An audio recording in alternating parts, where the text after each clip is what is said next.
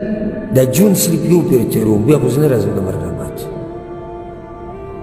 زه خو دې دنیا له صرف یو پیر راغلی یم بس بیا خو زه نه راځم زه خو چې د دنیا لاړم قصه ختمه شو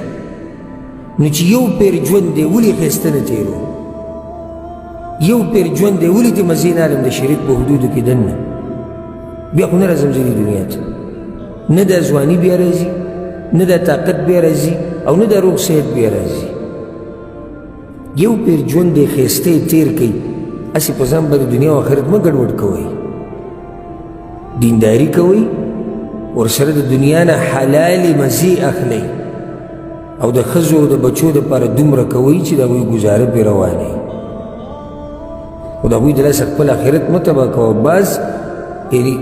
یو خو هغه سړی دی چې خپل آخرت یې تباه کړو دی خو تباه شو د ده نه بیا زیات بدبخت هغه دی چې آخرت هم تباه کړي او دنیا هم تباه کړي دنیا هم تباه کړي نو نه د دنیا شو نه د آخرت شو دنیا کوه مزې ترې واخله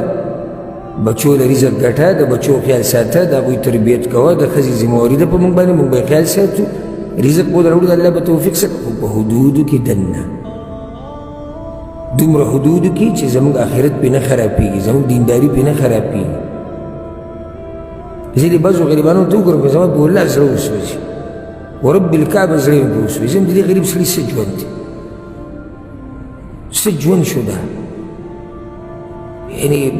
د الله نه لرې کېده او صرف هغه ټک خطا مونځ هغه مانځه کې چې مو ولاړي د کار سوچي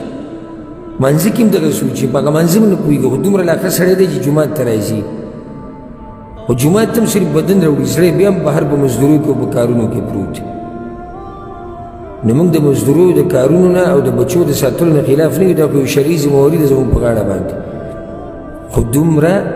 چې خپل آخرت پرې خراب نه کړي او د دنیا مزې پرې مه خراب کړو